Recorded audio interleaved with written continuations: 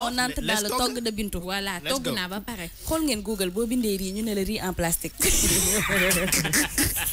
daf fi nekkoon nag. riz rek la bind ñu bind riz en plastique. loolu yi ëpp na Bintou the chef of the yàpp.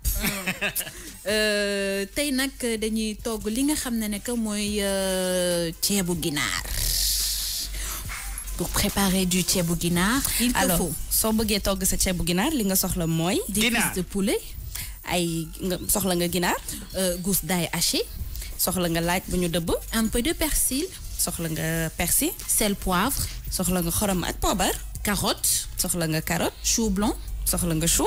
aubergine. soxla nga batañse. jaxato. aubergine jaxatu. patate douce. soxla nga pataas. gombo. soxla nga comment on appelle gombo. kanja. poivron. soxla nga kaani salade. de l'huile. soxla nga dawlin. du riz. soxla nga ceeb.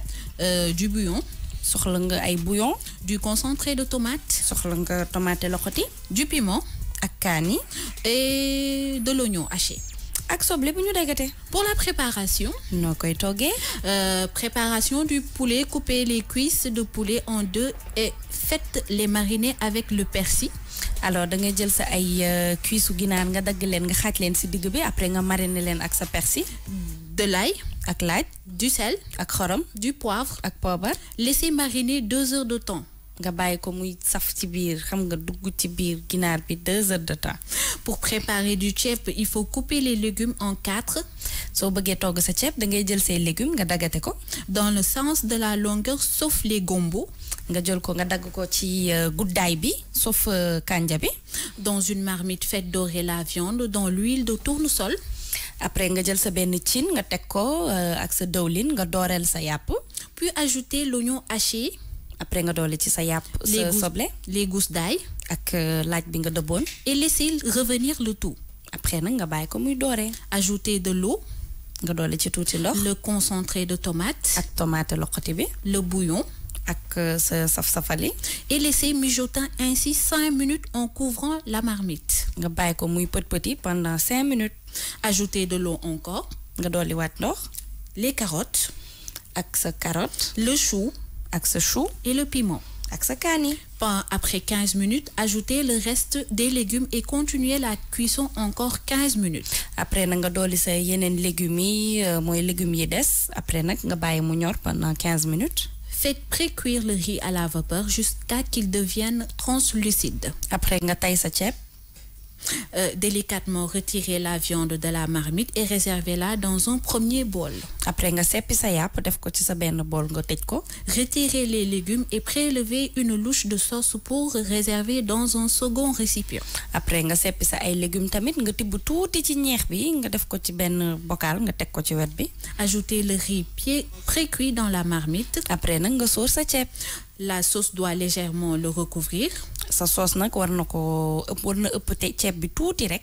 Portez à ébullition et baissez le feu pour laisser cuire 25 minutes. après nag nga wàññi sa gaz nga bàyyi ko mu ñor pendant ay 25 minutes. En remuant de temps en temps. nga koy yëngal yenn saay. N'hésitez pas à rajouter de l'eau si besoin. bu la neexee nga dolli ci tuuti ndox wala ñeex bi nekkoon noonu ci wet bi. Lorsque le riz est cuit, c'est prêt. ceeb bi nag su ñoree nga jekki xool ne ñor na nga xam ne voilà sa ceeb pare na. Servez votre riz. après nag nga yàq sa ceeb. Entouré d'une portion de viande.